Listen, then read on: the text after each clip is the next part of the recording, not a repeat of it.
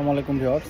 আমার সকল বেকার ভাইদের এবং যারা টাকা ইনকাম করতে চান বা ভবিষ্যতে কিছু করতে চাচ্ছেন তাদের উদ্দেশ্যে বলছি, তারা চাকরির পিছনে না ছুটে, কোনো ব্যক্তির পিছনে না ছুটে, কারো দালালি চামচামি না করে আল্লাহর উপর ভরসা রেখে কম পুঁজিতে হোক আপনি একটা প্রতিষ্ঠান দাঁড় করেন, একটা ছোট্ট দোকান দেন, না না হলে আপনি একটা অনলাইন মার্কেটিং তৈরি করেন বা উদ্যোক্তা কিছু একটা করেন। কাল ছোট না, আপনি একটা প্রতিষ্ঠান ব্যবসা দাঁড় করানোর চেষ্টা করেন, 2-3 বছর কষ্ট করেন, আপনি এটা নিয়ে স্কিল আপ করেন, ভালো দেখেন, পরিশ্রম করেন, দেখবেন আজ থেকে 5-7 বছর পরে আপনি একটা ইস্টাবলিশড পারসন।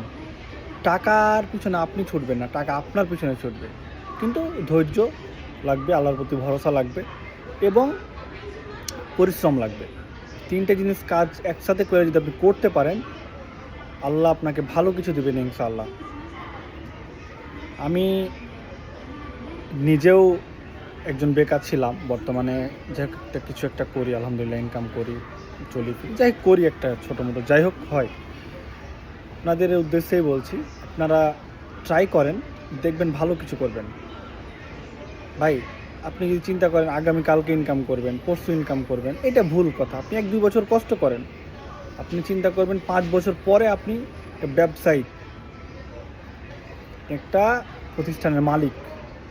এই চিন্তাতে আগান, দেখবেন সব সুন্দর হবে, আলহামদুলিল্লাহ হবে লাস্ট অবস্থানটা, আপনি দেখে নেন।